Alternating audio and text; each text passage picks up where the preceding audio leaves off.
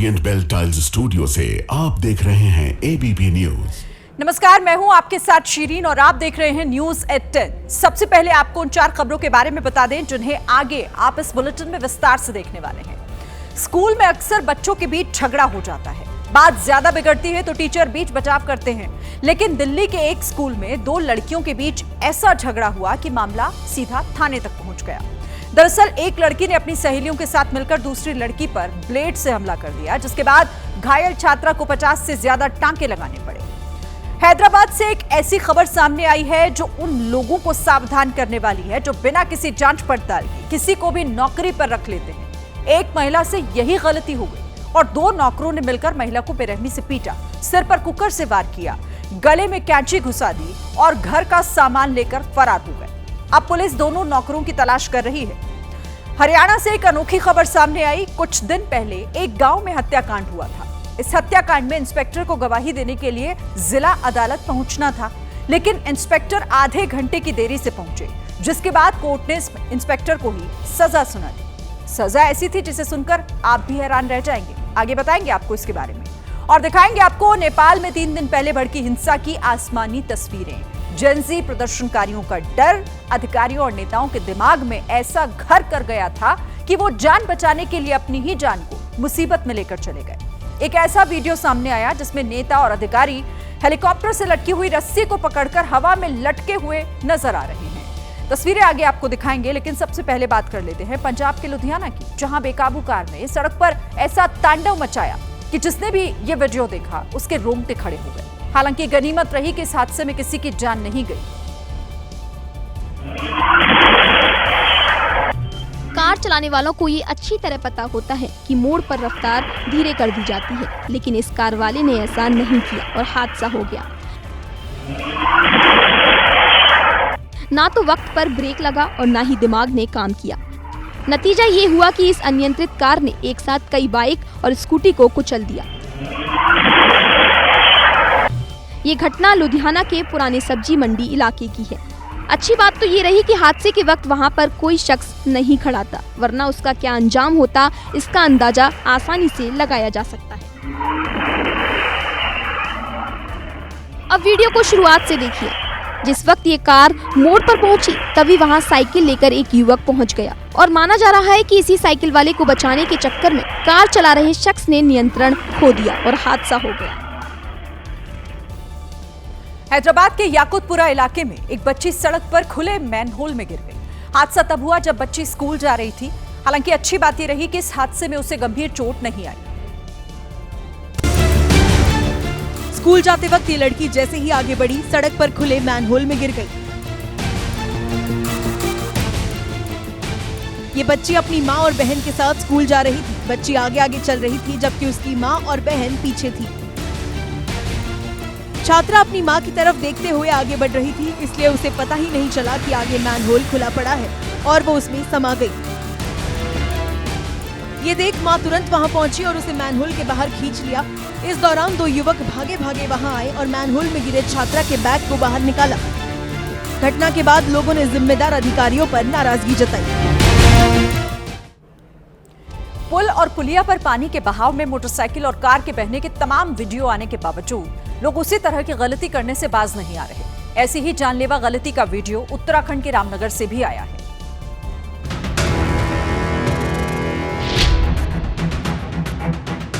बाढ़ के वेग को हल्के में लेना भारी पड़ गया।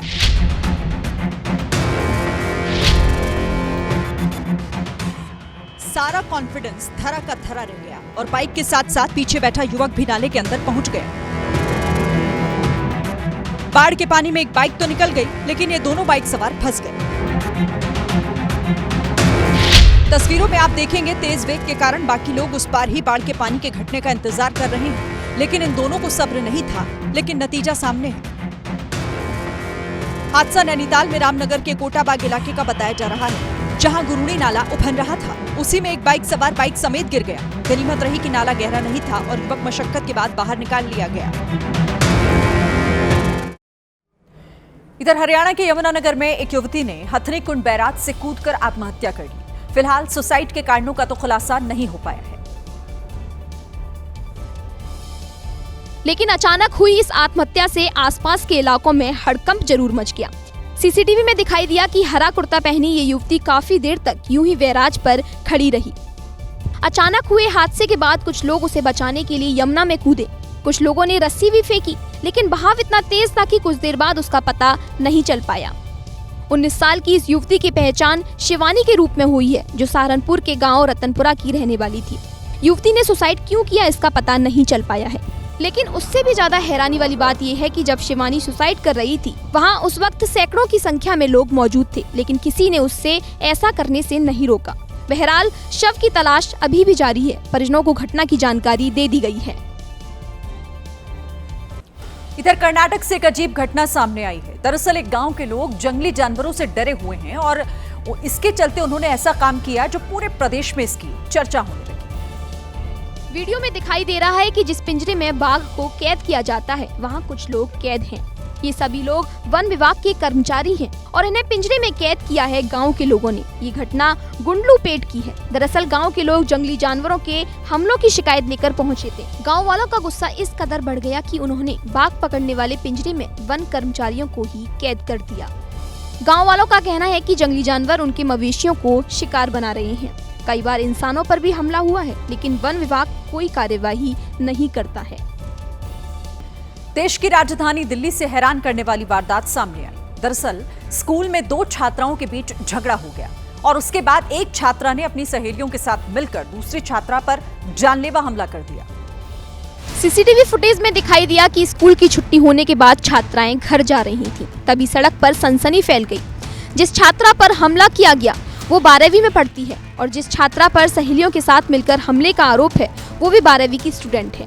कहा जा रहा है कि हमलावर छात्रा और उसकी सहेलियों ने सलोनी पर ब्लेड से हमला किया, जिससे सलोनी के गाल और पीठ पर ऐसा घाव बना कि 50 से ज्यादा टांके लगाने पड़े। ये घटना रोहिणी के अमन विहार इलाके की है। शुरुआती जांच में ये बात सामने आ रही है कि हमलावर छात्रा ने इस वारदात को अंजाम देने के लिए बाहर से भी लड़कियां बुलाई थीं, जिन्होंने मिलकर सलोनी को जान से मारने की कोशिश की। हैरानी की बात तो ये है कि इतनी बड़ी वारदात के बाद भी पुलिस लापरवाही बरतती रही और 2 दिन बाद जाकर मुकदमा दर्ज किया। आरोप ये भी लग रहे हैं कि आरोपी लड़कियों को पकड़ने की जगह पुलिस पीड़ित पक्ष को ही धमका रही है। यूपी के अमरोहा में पारिवारिक कलह की वजह से एक महिला ने फांसी लगाकर आत्महत्या कर ली। हैरान करने वाली बात यह है कि पति ने बिना किसी को बताए घर वालों के साथ मिलकर शव को गंगा में बहा दिया। उससे भी चौंकाने वाली बात तो यह है कि महिला ने सिर्फ इसीलिए सुसाइड कर लिया क्योंकि उसके पति ने रात में मुर्गा बना लिया था।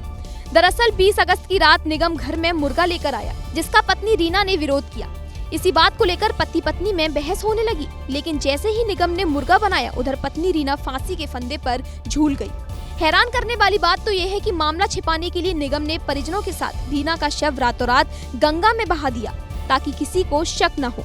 वारदात के 20 दिन बाद रीना के मायके पक्ष की शिकायत पर पुलिस ने पति समेत 5 लोगों के खिलाफ दहेज हत्या का मुकदमा दर्ज किया, जिसके बाद पुलिस ने निगम समेत 3 आरोपियों को गिरफ्तार कर लिया। इधर पुलिस ने गंगा के शव की खोजबीन की, लेकिन घंटों की मशक्कत के बाद भी शव अभी तक नहीं मिल सका है। झारखंड के पाकुड़ पुलिस ने एक महिला की हत्या का खुलासा कर दिया है। आरोप है कि पति को पत्नी का किसी और के साथ संबंध होने का शक था। रतन की मुलाकात करीब 8 महीने पहले मुन्नी नाम की युवती से हुई थी। दोनों ने शादी कर ली और दिल्ली चले गए, लेकिन कुछ महीनों बाद ही रतन को मुन्नी के अवैध संबंध का शक होने लगा। इसके बाद दोनों पश्चिम बंगाल के रास्ते घर की ओर लौटने लगे। इसी दौरान दोनों की लड़ाई भी हो गई। रतन ने अपने हाथ के कड़े से मुन्नी के सिर पर कई वार कर दिए, जिससे उसकी मौके पर ही मौत हो गई। इसके बाद रतन ने शव को ठिकाने लगाने के लिए उसे नदी में फेंक दिया और फरार हो गया। पुलिस ने अब आरोपी रतन को गिरफ्तार कर जेल भेज दिया है।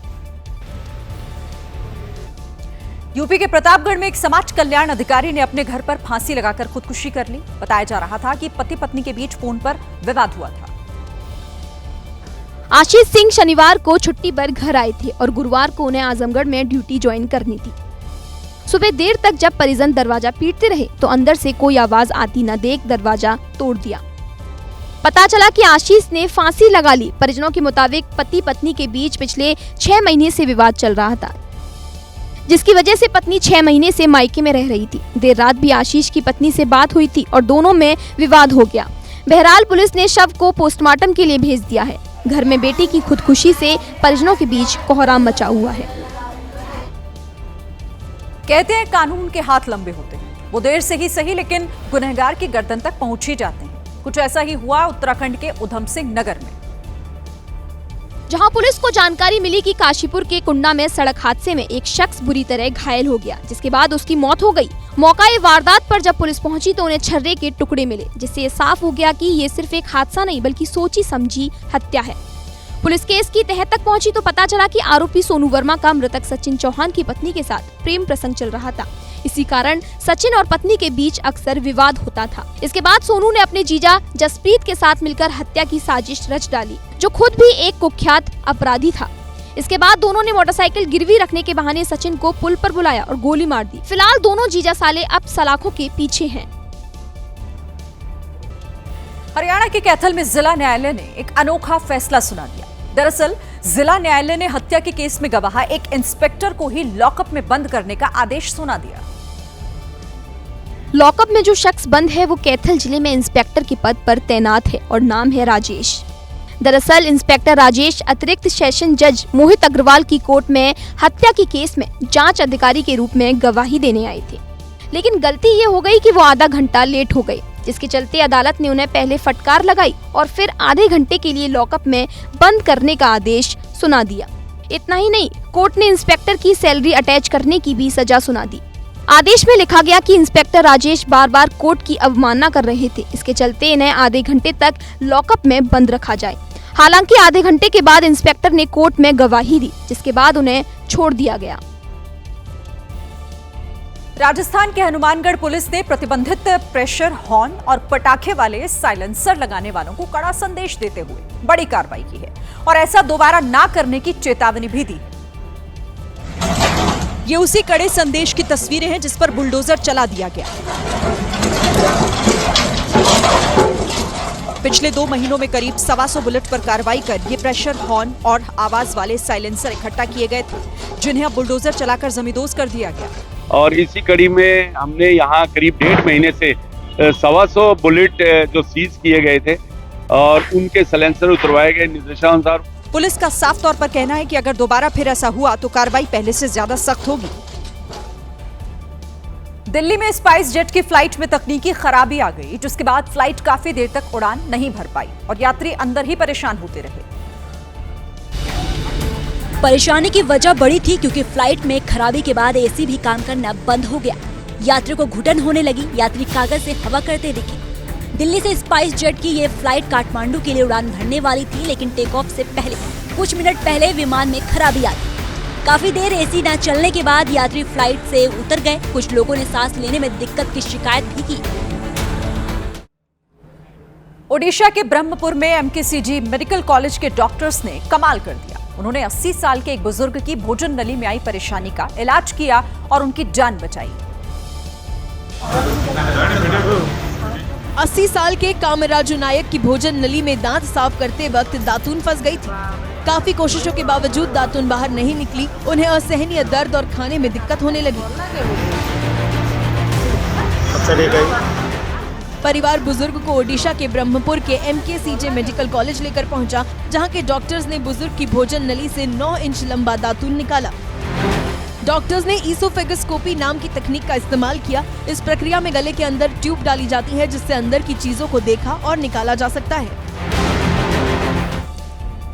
यूपी के कानपुर में भीषण सड़क हादसा हो गया। एक स्कूली बस बाइक सवार को टक्कर मारते हुए गड्ढे में पलट गई। इस हादसे में बाइक सवार की मौके पर ही मौत हो गई।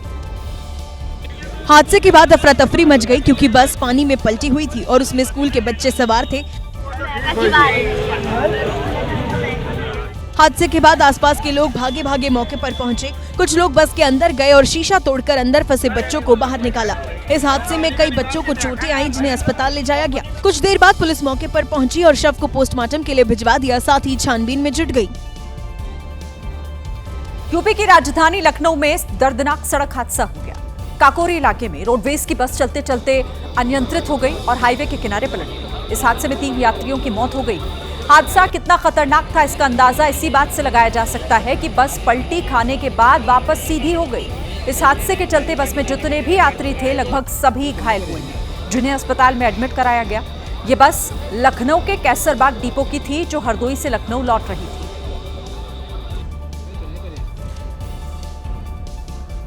उत्तर प्रदेश के बस्ती के ग्रामीण इलाके इस वक्त चोरों के आतंक से परेशान हैं।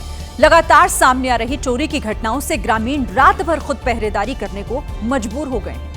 जागते रहो भैया। यहाँ पर हाथ में लाठी डंडे हैं। बच्चे, बुजुर्ग और जवान हर कोई चोरों से गांव की रक्षा में जुटा दिखा। जागते रहो भैया। ये लोग रात में गांव की पहरेदारी कर रहे थे, तभी खबर फैली कि एक घर में चोर घुस आया है। फिर क्या था, भीड़ टूट पड़ी। पूरा गांव चोर की तलाश में दौड़ने भागने लगा। कोई इधर भागे तो कोई उधर चोर को तलाशे।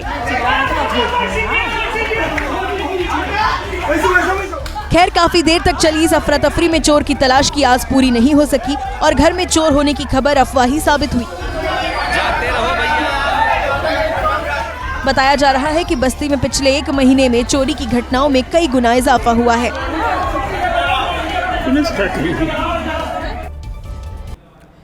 बिहार की राजधानी पटना में एक बार फिर बदमाशों ने कारोबारी की गोली मारकर हत्या कर दी। मामला जमीन विवाद से जुड़ा हुआ बताया जा रहा है।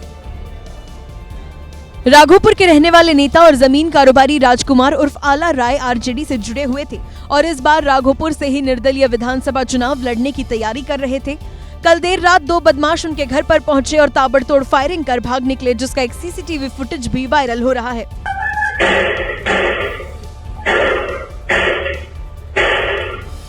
वारदात को अंजाम देने के बाद दोनों बदमाश रफू चक्कर हो गए। सीसीटीवी में दिखाई दिया कि दोनों शूटर ने टोपी लगा रखी थी और चेहरे पर रुमाल बांध रखा है। भागने के दौरान पीछे वाला शूटर खुद को कैमरे से बचाने की कोशिश करता भी दिखाई दिया। इधर पुलिस अपराधियों को पकड़ने के लिए अलग अलग छापेमारी कर रही है। हालांकि हत्या की वजह अभी साफ नहीं है, लेकिन चर्चा तेज हो गई है कि क्या ये वारदात चुनावी रंजिश से जुड़ी है या फिर किसी निजी दुश्मनी का नतीजा है। बिहार में बहुत जल्द विधानसभा चुनाव का ऐलान हो जाएगा। ऐसे में सबसे ज्यादा टेंशन उन नेताओं को है जो टिकट पाने के लिए जोड़ तोड़ में लगे हुए हैं। इस बीच लालू यादव का एक वीडियो सोशल मीडिया पर वायरल हो रहा है। वायरल वीडियो में दिख रहा है कि लालू यादव कुर्सी पर बैठे हुए हैं और कुछ लोगों की भीड़ उनसे बात करने की कोशिश कर रही है। दावा किया जा रहा है कि ये लोग नवादा के हिसुआ विधानसभा क्षेत्र से आए थे और अपने नेता उदय यादव को टिकट देने की मांग कर रहे थे।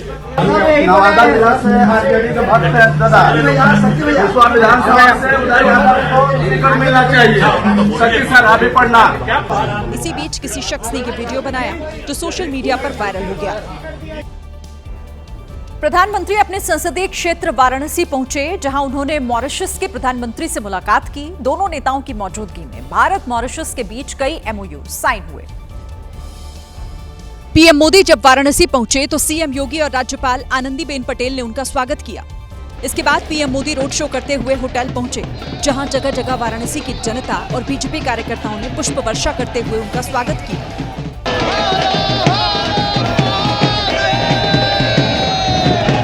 रोड शो के बाद पीएम मोदी होटल पहुंचे, जहां मॉरिशस के प्रधानमंत्री रामगुलाम के साथ उनकी द्विपक्षीय बैठक हुई। मैं गर्व से कहता हूं कि भारत और मॉरिशस सिर्फ पार्टनर्स नहीं है, बल्कि एक परिवार है। काशी में पीएम मोदी का ये 52वां दौरा था। इस बार पीएम मोदी करीब 3.5 घंटे तक अपने संसदीय क्षेत्र में रहे। कल जब राहुल गांधी रायबरेली पहुंचे थे तो बीजेपी नेताओं ने उनका विरोध किया था। आज पीएम मोदी के वाराणसी दौरे पर कांग्रेस ने इसका बदला लेने की तैयारी की थी, लेकिन पुलिस ने उनका प्लान फेल कर दिया। पुलिस को आशंका थी कि पीएम मोदी के खिलाफ चुनाव लड़ने वाले कांग्रेस नेता अजय राय सड़क पर उतरकर विरोध प्रदर्शन कर रहे हैं। लिहाजा पुलिस ने एक रात पहले ही अजय राय समेत 100 से ज्यादा नेताओं कार्यकर्ताओं को हाउस अरेस्ट कर लिया। सिर्फ अजय राय ही नहीं, वाराणसी से लेकर प्रयागराज तक कांग्रेस के नेताओं को नजरबंद किया गया, जो वोट चोरी का आरोप लगाते हुए पीएम मोदी के विरोध में सड़क पर उतरने की तैयारी कर रहे थे। पुलिस की कार्रवाई को लेकर अजय राय ने सोशल मीडिया पर लिखा, पुलिस भेजकर हमें रोकना, कार्यकर्ताओं की आवाज दबाना, ये लड़ाई को रोक नहीं पाएगा, ये वोट चोरों को बचा नहीं पाएगा। इसी तरह सोनभद्र से भी कांग्रेस के कुछ नेता विरोध करने के लिए वाराणसी पहुंचने की कोशिश कर रहे थे, लेकिन पुलिस ने उन्हें सोनभद्र में ही हाउस अरेस्ट कर लिया। योगी सरकार में मंत्री दिनेश प्रताप सिंह ने विवादास्पद बयान दिया है। रायबरेली में उन्होंने इशारों में राहुल को रावण बताया, जबकि प्रियंका गांधी की तुलना सूर्पणखा से की। दिनेश प्रताप सिंह ने ये बयान तब दिया जब वो राहुल और प्रियंका गांधी के वोट चोरी के आरोपों पर जवाब दे रहे थे। इस दौरान उन्होंने प्रियंका गांधी के खिलाफ विवादित टिप्पणी की। प्रियंका गांधी बिहार में जाकर के हा हा हा हा हा हा हंसती, जैसे सूपनका हंसती थी कभी, राक्षस जैसा हंसती हैं। दिनेश प्रताप सिंह के बयान पर बवाल तो होना ही था। कांग्रेस कार्यकर्ताओं ने उनके खिलाफ मोर्चा खोल दिया।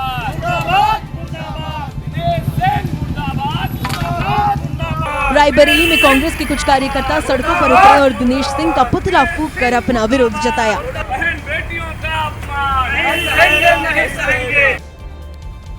उत्तर प्रदेश के अलीगढ़ में बीच हाईवे मगरमच्छ सड़क पर सैर करने निकल गया, जिसे देखकर गांव वालों में हड़कंप मच गया। वन विभाग की टीम को सूचना दी गई, जिसने कड़ी मशक्कत के बाद मगरमच्छ का रेस्क्यू किया। देखिए कैसे मगरमच्छ हाईवे में घूमने निकल गया, जिसको दिखा वो भागने लगा। साइकिल वाले हो या फिर मोटरसाइकिल वाले।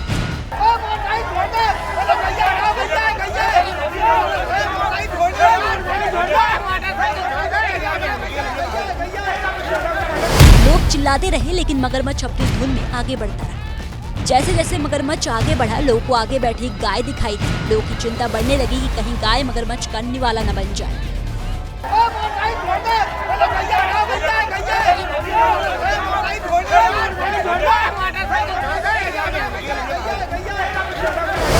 लोगों ने तुरंत गाय को वहां से हटाया। थोड़ी सी देरी यहाँ बैठी 2 गायों की जिंदगी पर भारी पड़ सकती थी।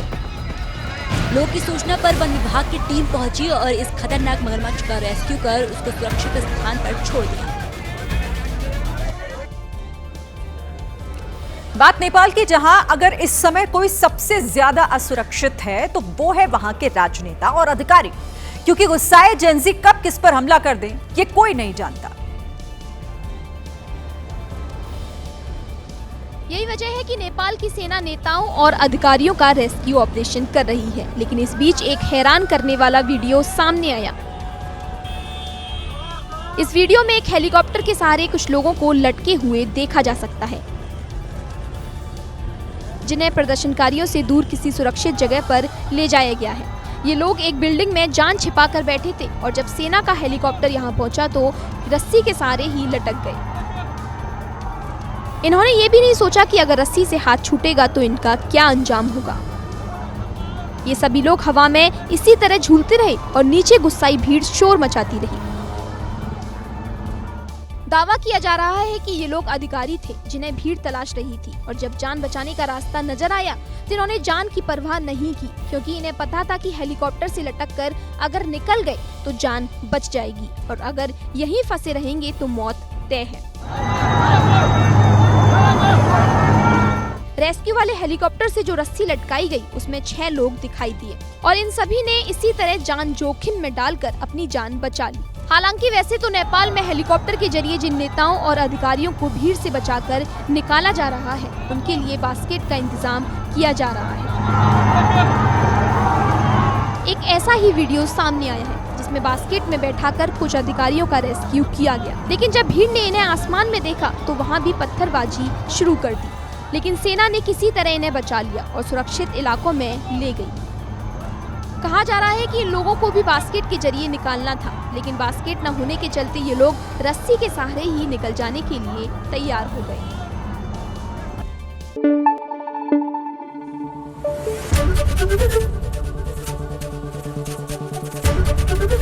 एबीपी न्यूज आपको रखे आगे।